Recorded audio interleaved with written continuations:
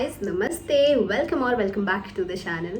तो आज है हमारी 8th wedding anniversary. Yes, thank you. उसके लिए हमारी प्लानिंग है कि हम सबसे पहले प्राइवेट यॉट पर जाएंगे, उसके बाद डिनर के लिए ताज में जाएंगे। तो जो भी इंफॉर्मेशन होगी यॉट के बारे में, बुकिंग कैसे किया हमने, प्राइस कितना था और ताज में जाने का कैसा एक्सपीरियंस था, वहाँ का प्राइस कैसा था। बाय द वे ये हमारा सेकंड टाइम होगा ताज में, तो इस बार हम लोग मसाला क्राफ्ट में जाएंगे। तो फर्स्ट टाइम हम लोग गए थे गोल्डन ड्रैगन में। और अगर आपको ताज के बारे में पूरी इन्फॉर्मेशन चाहिए तो मैं डिस्क्रिप्शन बॉक्स में वो वीडियो डाल दूंगी। तो सारी इन्फॉर्मेशन मैं इस वीडियो में आपके साथ शेयर करने वाली हूँ, so stay tuned till the end. अगर आपको ये वीडियो थोड़ी सी भी इन्फॉर्मेटिव लगती है तो don't forget to subscribe to my channel, क्योंकि इस चैनल पर मैं मोस्टली ट्रैवल व्लॉग्स ही डालती हूँ। मैं कहीं भी जाती हूँ वहाँ का रियल एंड एकदम रॉ एक्सपीरियंस आपके साथ शेयर इसकी कोशिश करती हूँ। Enjoy the video. तो हम 3:30 बजे निकल गए थे यॉट के लिए। हमारी टाइमिंग 5 बजे की मिली हुई थी और यहाँ हमसे सबसे बड़ी गलती हो गई। हमने सोचा हम 5 बजे तक तो पहुंच ही जाएंगे, 10-15 मिनट आगे पीछे हुआ तो चलेगा, लेकिन नो। और हमने ओला बुक किया था वहां तक जाने के लिए। आप अपने हिसाब से लोकल में भी जा सकते हो। तो एक्चुअली क्योंकि 2 से 3 बार कैब में वॉमिट कर चुकी है, इसीलिए उसको एक डर बैठ गया है कि कार में बैठेगी तो उसको वैसा फील होगा, तो इसीलिए उसको डर लगता है। I think she has motion sickness as well. तो माँ और बेटी दोनों को मोशन सिकनेस है और इसीलिए हम लोकेशन पर सिर्फ 10 मिनट लेट पहुंचे थे और हमें यॉट नहीं मिली। तो हस्बैंड ने उनसे बात किया कि हमें चाहिए ही चाहिए, आप हमें दूसरी यॉट दे दो। तो उन्होंने बोला कि आपको सुपीरियर यॉट दिया जाएगा जिसके चार्जेस हाई है, वीकेंड पे और ज्यादा होते हैं। अब हमने तो वही प्लान किया था, तो हमने 2000 एक्स्ट्रा देके सुपीरियर यॉट पे ही गए। तो जैसे ही आप लोकेशन पे पहुंचोगे 5-10 मिनट बाद आपको कंपनी का बंदा आएगा पिक करने के लिए। आपकी आईडी, बुकिंग, सारी चीजें चेक होने के बाद में आप इस तरीके से यहाँ से अंदर जाओगे। यहाँ पे भी आपके बैग्स वगैरह चेक होंगे और अंदर आपको DSLR वगैरह अलाउड नहीं है। कंफर्टेबल क्लोथ्स में जाना इज प्रेफरेबल। वैसे सारे रूल्स, डूज एंड डोंट्स आपको व्हाट्सएप के थ्रू बता दिया जाएगा बुकिंग के टाइम पर ही। तो आपको ऐसे जेटी पे बिठा के यॉट तक लेके जाएंगे, जिसमें करीब 5 से 7 मिनट लग जाएगा। हम जैसे ही बैठे इतनी अच्छी फीलिंग आ रही थी क्योंकि वो सो हैप्पी। वैसे तो एलिफेंटा तक जाने के लिए हम बड़ी जेटी में बैठे और कई बार राइड भी लिया है गेटवे से, बट ये जो ओपन में आप बैठ के जाओगे ना, इसकी फीलिंग ही अलग है और यॉट पे तो और भी अच्छी फीलिंग आएगी। तो यहाँ आने का आइडिया मेरे हस्बैंड को रील स्क्रॉल करते करते मिला था और हमने रॉयल सेलिंग कंपनी के थ्रू ये सारी बुकिंग की हुई थी। मैं सारी डिटेल्स, फ़ोन नंबर वगैरह डिस्क्रिप्शन बॉक्स में डाल दूंगी, आप डायरेक्टली वहाँ से जाके बुक कर सकते हो। और एक और चीज़ आपको याद रखनी है कि जब भी आपको प्लान करना है, ट्राई करो कि 1 हफ्ते पहले बुकिंग करके रख लो, ताकि स्लॉट वगैरह जो भी आपका प्रेफरेबल टाइम है, स्लॉट है, वो आपको आसानी से मिल जाए। और वीकडेज में चार्जेस कम होते हैं, वीकेंड्स में ज़्यादा होते हैं। और बुकिंग के टाइम पर ही आपको आधी पेमेंट करनी पड़ेगी, बाकी पेमेंट आप सेम डे करोगे। तो टोटल 15 मिनट का रास्ता था और उसके बाद हमने फाइनली अपने यॉट पे बोर्ड किया। आपके साथ सिर्फ एक सेलर होगा और पूरी यॉट आपकी। चलो, तो मैं आपको यॉट की टूर दे देती हूँ। तो अगर आप स्पेशल ओकेजन्स पे जा रहे हो, बर्थडे पे, एनिवर्सरी पे, तो ये आपके लिए डेकोरेट करके रखते हैं और ये इतना सुंदर लग रहा था। इसके अंदर प्रॉपर सिटिंग अरेंजमेंट थी, बलून्स लगे हुए थे और हाँ, कॉम्प्लीमेंट्री शैम्पेन भी मिलती है आपको। और आगे जाके इसमें वॉशरूम भी है, कैन यू बिलीव इट, मतलब ठीक ठाक सही वॉशरूम है। और फिर ये जब आप आगे जाओगे ना, oh my God, this is the real view. यहाँ पे आप अच्छे से एंजॉय कर सकते हो, मतलब यहीं पर बैठने का पैसा है। This is the real fun. बहुत ही सुंदर पिक्चर्स आ सकती थी, रील्स बन सकता था। आप मस्त बैठ के शांति में, अगर कुछ आपको नहीं भी बनाना है तो भी इंजॉय कर सकते हो। बट मेरा यहाँ मन खराब होने लग गया था। चलो, तो किकी को यहाँ थोड़ा सुनते हैं।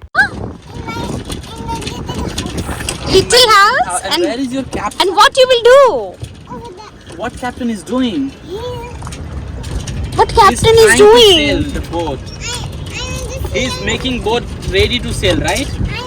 I'm in the sea. What he's doing? He's making boat ready to sail, right?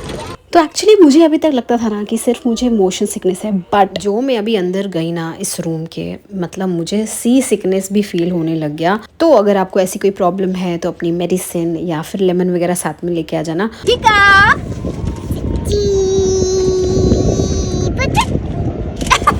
तो मुझे मदर्स डे स्पेशल एक वीडियो भी शूट करनी थी जीवा ब्रांड के लिए, वो अभी मेरे इंस्टाग्राम पर है, तो वो भी हमने साथ में शूट कर लिया। और अगर आप साथ में बेबी को लेकर आना चाहते हैं तो कुछ स्नैकिंग वगैरह भी ज़रूर रख लेना। तो मैंने मखाना ले लिया था। और एक और बात, मेरा और किकी का ना मतलब काफ़ी मन ख़राब होने लगा था, motion sickness, sorry sea sickness. और हाँ, मैं ये बताना भूल गई कि ये राइड टोटल 80 मिनट्स की होती है। तुम जैसे बैठे भैया ने यहाँ पे ये यॉट को पूरा रेडी किया। According to Kiki he is captain, वो हमें भैया नहीं बोलने दे रही थी इनको। फिर सनसेट होने लग गया था तो हमने थोड़ी फ़ोटोज़ फाइनली क्लिक करनी शुरू की। सारा टूर वगैरह करने के बाद में किकी का भी खा पी के हो गया। और फिर हस्बैंड यहाँ ऊपर वाले एरिया पे गए। फिर मैं भी गई, लेकिन मैं जाना नहीं चाह रही थी किकी को नीचे यहाँ पे अकेले छोड़ के। डर लग रहा था, इसलिए मेरी फ़ोटोज़ और मेरे एक्सप्रेशंस भी इतने सही नहीं आए और काफ़ी हिलडुल हो रहा था, आगे पीछे हो रहा था, तो ये थोड़ा डर भी लग रहा था। और ये था जीवा वाला ब्रेसलेट जो मेरे को मिला था, आप मेरा इंस्टाग्राम पे चेक कर सकते हो। और सच बताओ ना तो 1 घंटे के अंदर वीडियो फ़ोटोशूट हमें जितना इंजॉय करना था, जो भी करना था वो सब करके हो गया। और किकी भी बोर होने लग गई थी। My Raja. Smile. Look at Mama. और फाइनली टाइम आया शैम्पेन ओपन करने का। इस पर हमारा ध्यान ही नहीं गया था और सच बताऊं तो बहुत ही फुस निकला, एप्पल फेस जैसा था। और इसके लिए आपको मैरिज प्रूफ दिखाने की ज़रूरत पड़ती है, तो वो हमारे पास इस वक्त था नहीं, तो हमने 500 यहाँ पे पे किए, लेकिन वो 500 आपको बाद में रिटर्न कर दिए जाते हैं। और अब मेरी तबीयत और ज़्यादा ख़राब हो रही थी और किकी की भी। बस हस्बैंड जैसे जैसे फ़ोटो ले रहे थे, मैं बस एवं मतलब फ़ोटो के लिए बस एक्सप्रेशंस वगैरह दे रही थी, लेकिन एंड में इतना इधर खूबसूरत लग रहा था। पीछे लाइट्स देख सकते हैं, ताज और गेटवे वगैरह सब आ रहे थे, इतना सुंदर यहाँ पे फ़ोटो आ सकता था, बट मेरा मूड ही ऑफ था। बस मैं जैसे तैसे यहाँ पे कंट्रोल करी थी। और थोड़ी देर में किकी की भी तबीयत ख़राब होने लगी। अभी तक वो उनके गोद में थी, लेकिन फिर उसको फाइनली काम फील करने के लिए मम्मा के पास ही आना पड़ता है, तो मैंने इसको गोदी में लिया और जैसे तैसे उसको भी कंट्रोल करके रखा मैंने। मेरी तो खुद ही काफ़ी तबीयत ख़राब हो रही थी और इवन एंड में भी ना हमारी जेटी रुक गई, वहाँ भी काफ़ी वेट करना पड़ा। फिर बाहर निकले तो थोड़ा फ्रेश फील हुआ और जाते जाते हम यहाँ एक फ़ोटो लेते ही हैं, हार्ड कॉपी।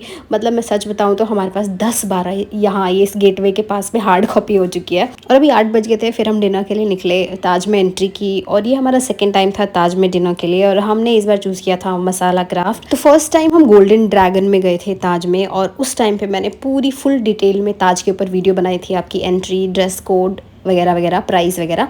तो अगर वो चेकआउट करना है तो उसका लिंक मैंने डिस्क्रिप्शन बॉक्स में डाल दिया है। अब ताज है तो इसकी सर्विस में कमी होती नहीं है, तो जाते ही आपको अटेंड किया जाता है। उसके बाद हमको कॉम्प्लीमेंट्री डिशेस ला के दिए गए, जिसमें सबसे पहले था ये वाटरमेलन समथिंग, और उसके बाद ये कलरफुल चिप्स थे, अलग अलग वैरायटी के थे, जो कि हम लोग घर पे जैसे नहीं बनाते, बिल्कुल वैसा ही था। आई नो कि हम सब वो मीम्स देखते हैं जब कोई एक नॉर्मल इंसान बड़े रेस्टोरेंट में जाता है और वो कोई चीज़ को खा के कैसे फील करता है ना, this was my moment exactly. I was feeling the same expression, देख सकते हो आप मेरे।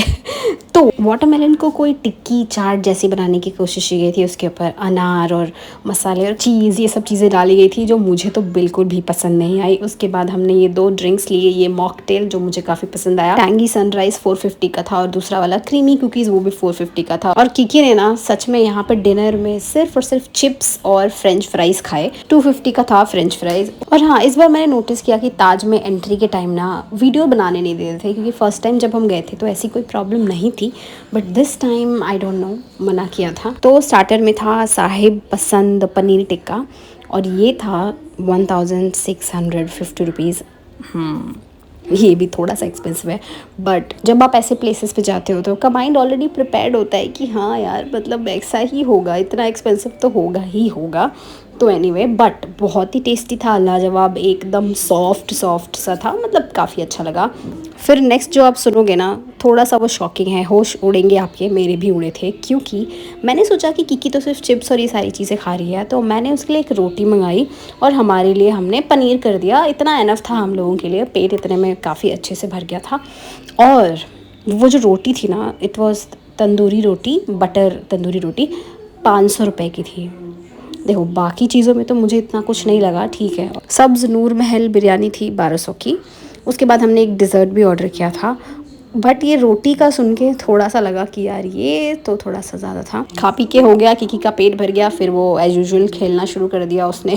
और सैडली मुझे याद आया कि इस बार तो हमने केक कट ही नहीं किया, क्योंकि हमने प्लान किया था कि हम यॉट पे ही केक कट करेंगे मस्त एकदम ओपन में, लेकिन ऑलरेडी हम लेट हो चुके थे कि केक वेक हम लेके गए ही नहीं। तो मीठे में हमने खाया ये शरीफा फिरनी जो कि 1200 रुपये का था। ये 1200 रुपये का वर्थ था नहीं, क्योंकि बिल्कुल ही ये वो मलाई जैसी लग रही थी, वो जो आइसक्रीम नहीं आती वैसी वाली, थोड़ी बहुत शरीफा का फ्लेवर आ रहा था, बट 1200 रुपये बिल्कुल भी वर्थ नहीं था। उसके बाद की हो चुकी थी एकदम एनर्जेटिक, तो हमने ये बाहर का एरिया थोड़ा एक्सप्लोर किया। एंट्रेंस रिसेप्शन एरिया है ये। किकी का मन था तो उसके लिए 15-20 मिनट हमने टाइम पास कर लिया। और आज ऑलरेडी मुझे मोशन सिकनेस, सी सिकनेस सब कुछ फील हो चुका था, तो मैं दोबारा से नहीं कार में बैठना चाहती थी। फिर लोकल से घर गए और किकी भी लोकल में बैठ के काफ़ी खुश थी।